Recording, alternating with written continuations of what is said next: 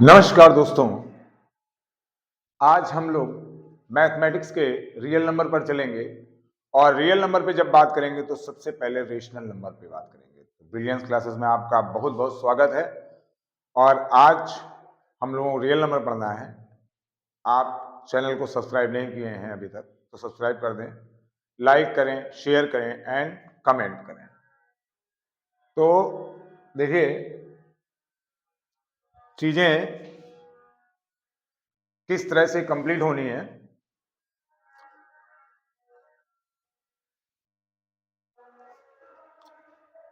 तो हम लोग आते हैं अपने रियल नंबर पर। ये रियल नंबर में सबसे पहले आता है रेशनल। सबसे पहले क्या आएगा?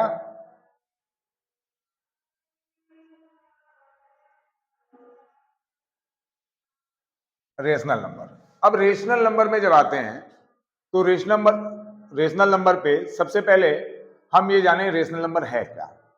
तो क्या होता है कि a number that can be express, क्या होता है? अ नंबर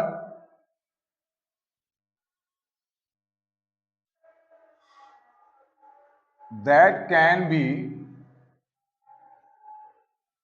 एक्सप्रेस, ठीक है। एक्सप्रेस यानी उसको भाव किया जाता है in the form of in form of P upon Q और where Q not equal to zero. यानी अगर Q जीरो नहीं है और P अपॉन Q की फॉर्म में है तो उस जगह पर वो रेशनल नंबर होगा। ठीक। दूसरी चीज क्या है, और ये क्या हो जाएगा? P एंड Q आर को prime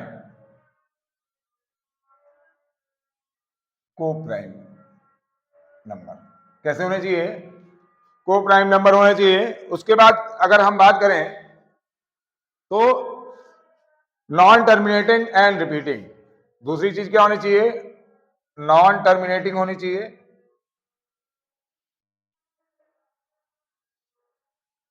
non terminating and repeating, यानी ये टर्मिनेट नहीं होना चाहिए और नॉन टर्मिनेटिंग होना चाहिए और नॉन रिपीटिंग होना चाहिए। तो अब यहां पर आते हैं बात करने, तो ये चीजें आपको क्लियर हो गई।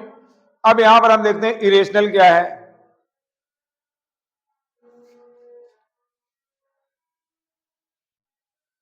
इरेशनल नंबर अगर यहां देखें तो that can not be process at can not be process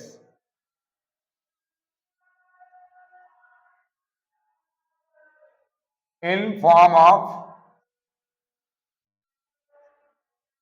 P upon Q। यानी P अपॉन Q की फॉर्म में ये प्रोसेस नहीं हो सकता है। और यहां पर क्या होता है? P and Q are, P and Q are coprime integer. ठीक। उसके बाद आती है non terminating and non repeating. वही चीज है, नॉन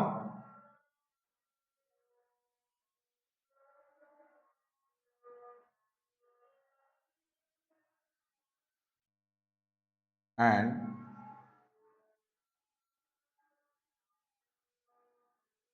रिपीटिंग। क्लियर? ये चीज हो गई। अब इसके बाद अगर हम बात करेंगे, पाई क्या है? इरेशनल है। क्योंकि वजह क्या है? पहली बात तो ये एग्जैक्ट नंबर नहीं है। Pi is irrational number. कैसा नंबर है? इरेशनल है नंबर। और पाई हैव नॉट एग्जैक्ट वैल्यू। कैसी वैल्यू नहीं है? एग्जैक्ट वैल्यू अभी तक इसकी नहीं है, एग्जैक्ट वैल्यू नहीं है, लेकिन 22/7 ठीक है। जबकि ये क्या होता है, पाई की वैल्यू हम लेते हैं 22/7, तो ये होना चाहिए, लेकिन ये है नहीं क्योंकि ये एग्जैक्ट नंबर नहीं है। क्लियर? इसको नोट कर लीजिए।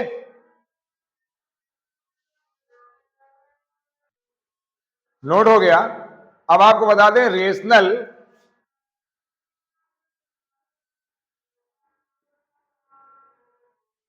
प्लस इरेशनल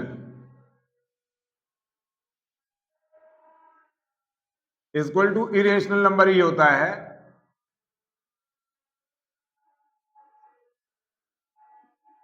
ये चीज ध्यान रखिएगा, ठीक है? तो ये नोट कर लिया आप लोगों ने।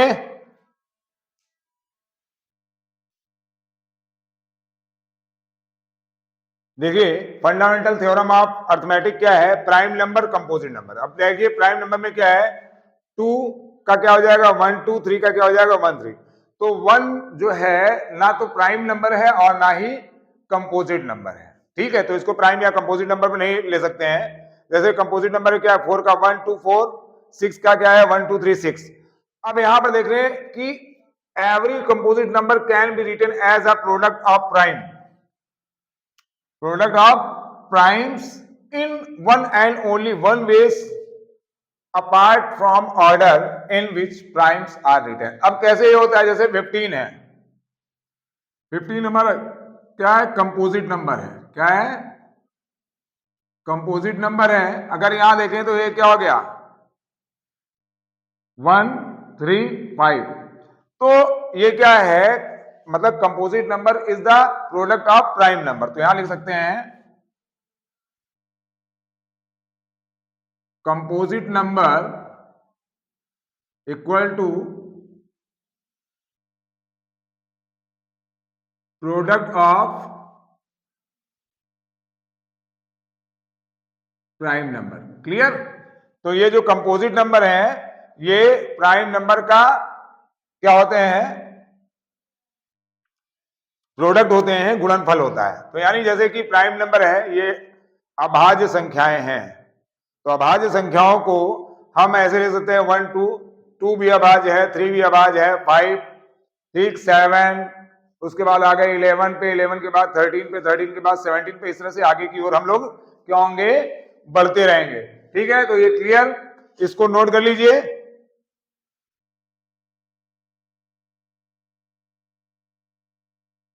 देखिए, एचसीएफ और एलसीएम। अब एचसीएफ की बात करेंगे तो यूजिंग प्राइम फैक्टराइजेशन, ठीक है? एलसीएम क्या हो जाएगा? यूजिंग प्राइम फैक्टराइजेशन से ये 15 एंड 18 एक ही हम ले रहे हैं। अब देखिए, सबसे पहले देखिए, अगर 15 को हम लेंगे तो क्या हो जाएगा? Equal to 5 into 3। और अगर 18 को लेंगे तो क्या हो जाएगा? 2 इंटू 3 इंटू 3। तो अब इसको हम ये कर सकते हैं, इक्वल टू ये 5 इंटू 3 हो गया, और ये क्या हो गया? 2 इंटू 3 का स्क्वायर। अब यहां पर एचसीएफ क्या होगा? यानी lowest form of, lowest power of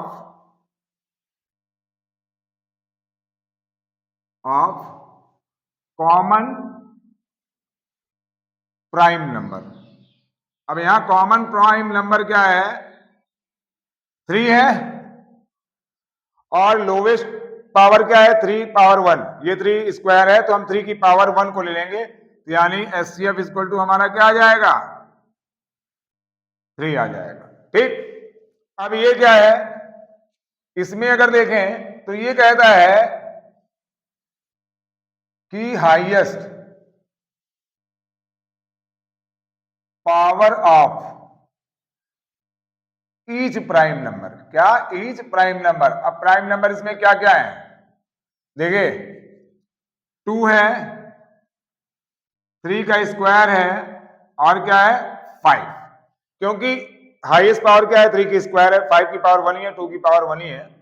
तो यहां पर ये कितना हो जाएगा? 2 इंटू 9 इंटू 5, यानी एलसीएम जो हो जाएगा वो आपका हो जाएगा 90। क्लियर होगी कोई बात? ये हो गया। और कभी कभी आपके पास ऐसा आएगा कि कॉमन फैक्टर जो है अगर यहां ले लें हम, जैसे कि कोई दे दे 11 एंड 23, तो यहां प्रॉब्लम ये आएगी कि इसका एचसीएफ क्या होगा। अब एचसीएफ निकालने के लिए सबसे बड़ी चीज है कि हमारा कुछ कॉमन होना चाहिए। यहां कॉमन कुछ दिख रहा है? नहीं दिख रहा है। लेकिन हम क्या करते हैं, 11 में कॉमन क्या कर सकते हैं, 1 इंटू 11, और 23 में क्या कर सकते हैं, 1 इंटू 23। तो हमारा जो एचसीएफ होगा, एचसीएफ जो हमारा आएगा वो कॉमन क्या है, 1 है, और जो एलसीएम आएगा वो हमारा क्या आ जाएगा, इक्वल टू 11 इंटू 23, यानी 11 3 जा 3, 11 2 जा 22, और 3 25। ठीक, तो ये क्लियर हो गई बात? क्लियर? नोट कीजिए इसको।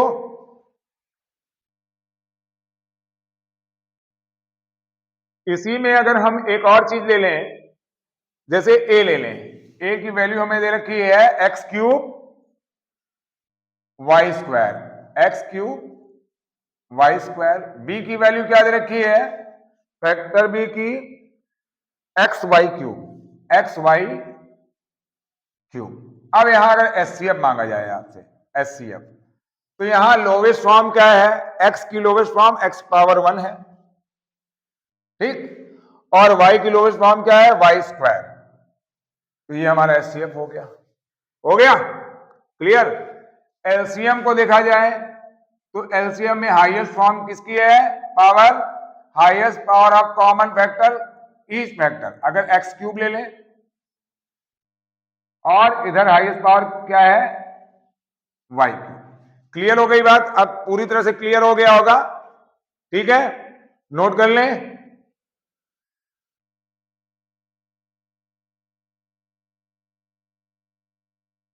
अब देखिए, जैसे कि आ जाए, एक फार्मूला है,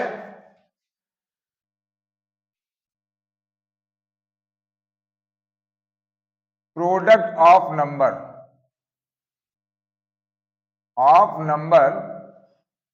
equal to HCF into LCM, या एलसीएफ लिख सकते हैं।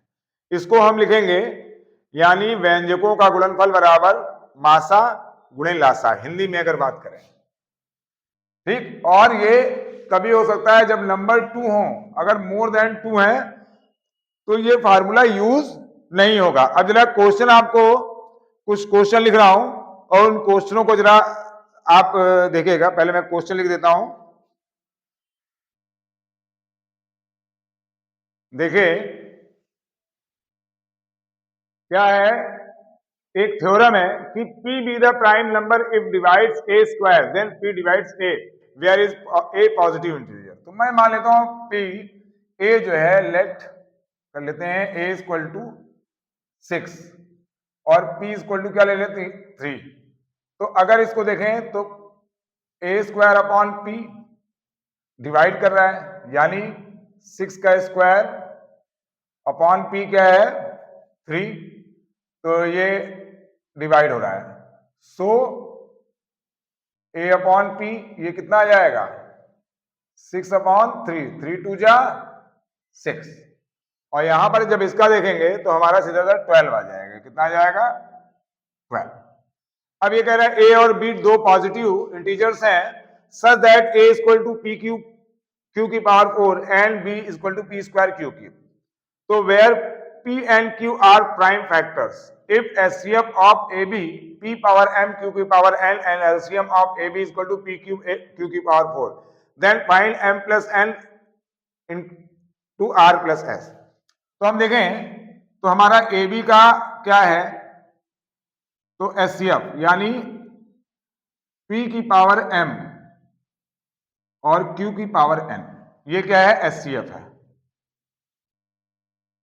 ये एचसीएफ, देखिए एचसीएफ है ये, ठीक है। इक्वल टू हमारा एचसीएफ कितना दे रखा है, पी स्क्वायर क्यू क्यूब तो यानी m इक्वल टू हमारा कितना आ गया 2, q इक्वल टू कितना आ गया 3। ठीक, और एलसीएम क्या है?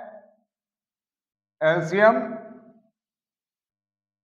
है a की पावर सॉरी p की पावर r q की power s equal to p cube q की पावर 4। तो यहाँ r इक्वल टू कितना आ जाएगा 3 और s इक्वल टू कितना आ जाएगा 4। अब यहां पर अगर देखें तो अगर हमारा निकालना है m plus n into R plus S, तो ये m प्लस n क्या हो गया? यानी 2 प्लस 3 सॉरी इंटू 3 प्लस 4, तो ये कितना हो गया 5 इंटू 7, तो इक्वल टू कितना आ जाएगा हमारा 35 आ जाएगा। क्लियर? देख लीजिए,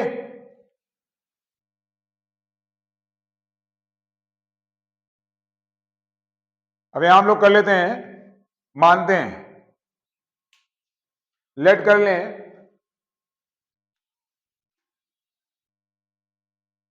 लेट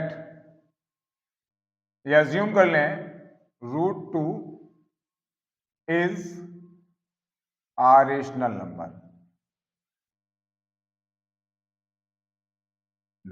ठीक, तो यहां पर क्या है, तो सीधी सी बात है, जब रेशनल नंबर किसी लेंगे तो p अपॉन क्यू की फॉर्म में होना चाहिए।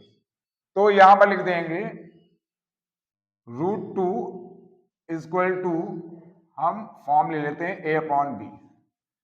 तो a एंड b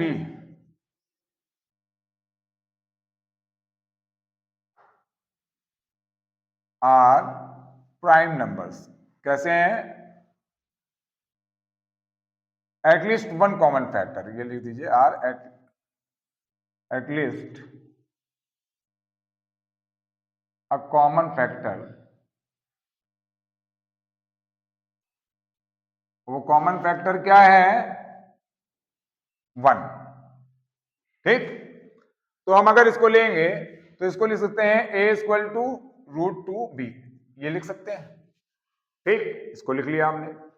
अब यहां पर a इक्वल टू √2b अगर हमने लिया तो यहां पर क्या हो जाएगा, a square equal to 2b square हो जाएगा। तो हम इसको ये भी लिख सकते हैं b square equal to a square upon 2।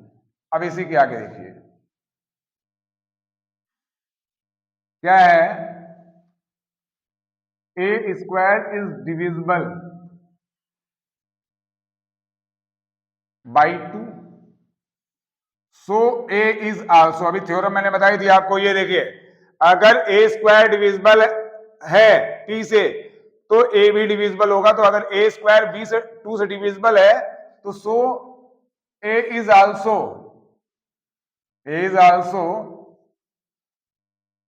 Divisible by 2। ये क्लियर हो गया। अब यहां लेट कर लिया, लेट क्या करेंगे, a इक्वल टू 2c ले लें। कितना ले लें? 2c ले लें। तो हमारा क्या हो जाएगा, a square equal to 2b square है, तो हम इसको लिख सकते हैं 2c equal to 2b square. तो ये कितना हो जाएगा 4c square equal to 2b square हो जाएगा। 2 2 जा 4, तो ये c स्क्वायर इक्वल टू क्या आ जाएगा b स्क्वायर अपॉन 2। अब यहां पर ऐसे ले लेते हैं, तो b square is divisible by 2, so b is also divisible by 2, इसलिए b भी हमारा क्या है, डिविजिबल है 2 से। so √2 इज रेशनल नंबर, लेकिन क्या हो जाएगा कि but this contradict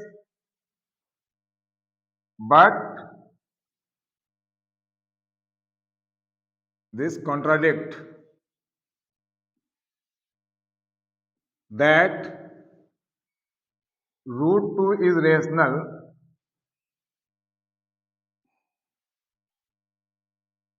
is wrong means so our assumption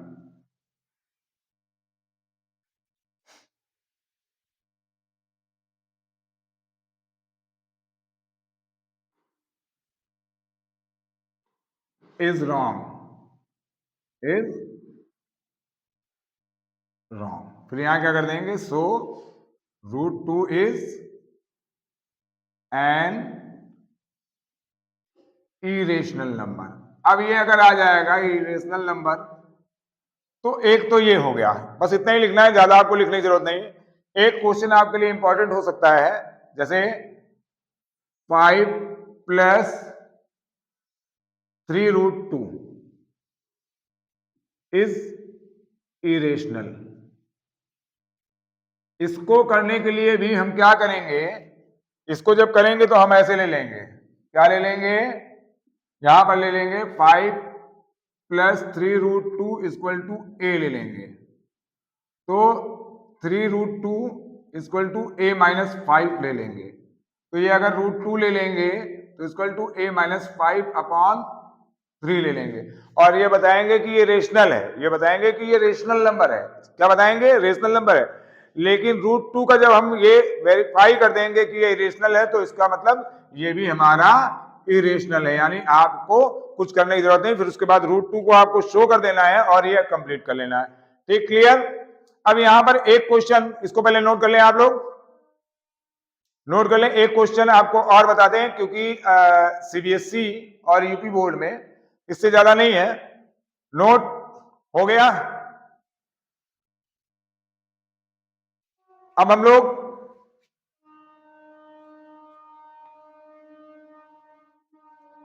चलेंगे दूसरी चीज पर।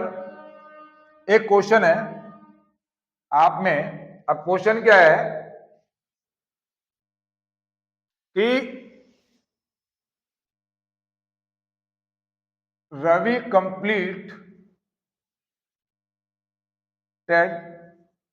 a round of या revolution of a circular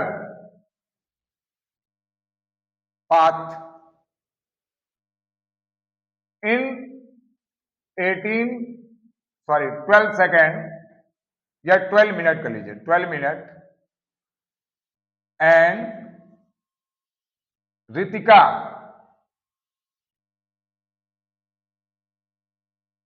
completed it 18 minute. Find after how many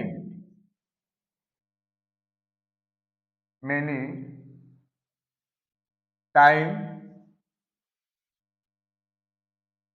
they will meet again, यानी कब मिलेंगे दोबारा, अगेन यानी दोबारा वो कब मिलेंगे। जब ऐसी कंडीशन हो, आप जरा इस चीज को समझिएगा, जब ऐसी कंडीशन आ रही है तो सीधी सी बात एलसीएम है। क्या है, एलसीएम है। तो हम क्या करेंगे, हम 18 और 12 को ले लेंगे। 3 6 जा 18, 3 4 जा 12, 3 2 जा 6, ये 4 ले लें और यहां पर क्या हो जाएगा, पहले हम थोड़ा सा वैसे कर लें, 2 से ही करते हैं। वैसे ऐसा कोई वो नहीं है कि हम इधर ही से करें, क्योंकि हमको एलसीएम फाइंड करना है।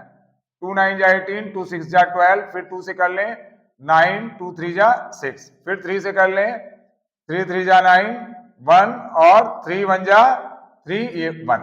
तो ऐसी कंडीशन में क्या आ गया, 2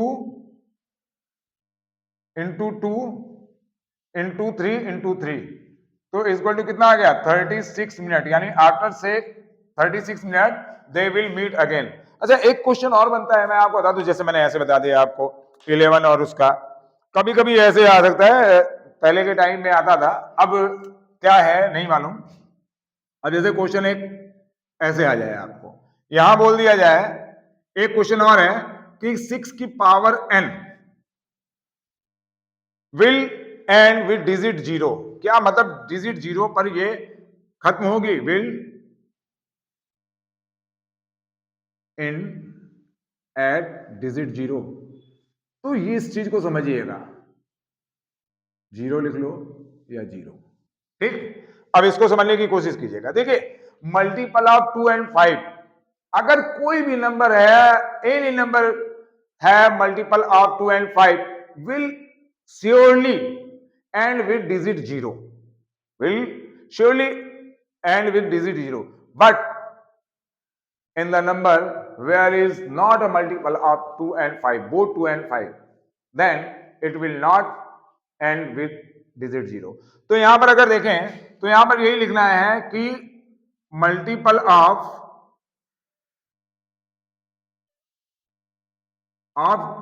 2 5 in any number is and with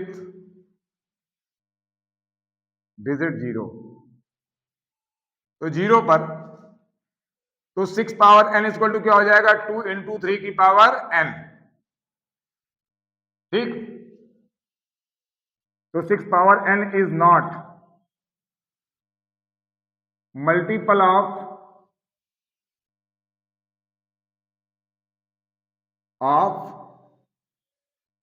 2 and 5, so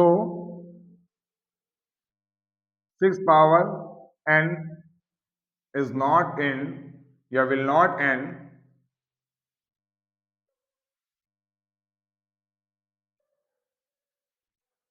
with digit zero.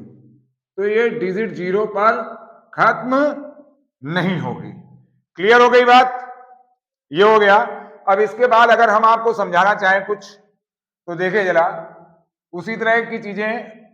तो ये जैसे हिंदी में अगर बोलेंगे तो कहेंगे कि क्या 6 की पावर n की अंतिम संख्या जीरो पर समाप्त होगी, तो नहीं होगी, क्योंकि यहां पर 2 और 5 का गुणनखंड नहीं है। अगर गुणनखंड 2 और 5 का है तो श्योरली वो समाप्त होगी जीरो पर। लेकिन 6 की पावर n 2 गुणे 3 है, यानी दोनों होने चाहिए, 2 और 5 दोनों का गुणनखंड होना चाहिए, केवल 2 या केवल 5 की वजह से ऐसा नहीं हो सकता है। अब कोई व्यक्ति अगर आपको दे दे जैसे 11 23 31 और कह they find the HCF, find the HCF. अब यहां एचसीएफ, क्योंकि ये सब कैसे हैं, प्राइम नंबर हैं, और प्राइम नंबर का HCF of all prime number, देखिए जरा, तो ये क्या है, प्राइम नंबर है, तो एचसीएफ अभाज्य संख्याएं, तो HCF of all prime number equal to 1 होगा, क्योंकि सबका मल्टीपल 1 होता ही है। तो ये ध्यान रख लीजिएगा, HCF of all prime number, जितने भी प्राइम नंबर हैं उनका एटलीस्ट 1 पे ही एंड होगा।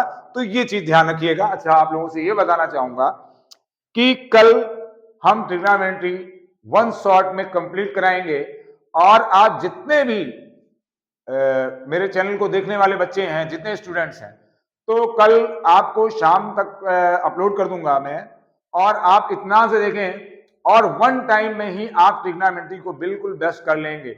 अगर दिक्कतें हैं तो उस वीडियो को 1-2 बार आप देखेंगे तो और बेस्ट हो जाएंगे। ट्रिग्नोमेट्री में सीबीएसई यूपी वालों को किसी प्रकार का कोई प्रॉब्लम नहीं आने वाला है, अगर आप ठीक से देखते हैं।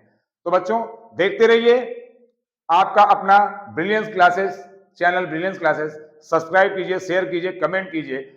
कोई भी चीज हो, आपको कोई प्रॉब्लम हो, कोई टॉपिक हो, फिजिक्स, केमिस्ट्री, मैथमेटिक्स में, आप उसको कमेंट बॉक्स में डाल दें। उसके अलावा क्या है, आप दूसरों से भी कोशिश कीजिए, शेयर कीजिए, और दूसरे लोग भी आपके साथ जुड़ें और उसी के साथ मेरे साथ जुड़ें। धन्यवाद, आज यहीं पर समाप्त करते हैं।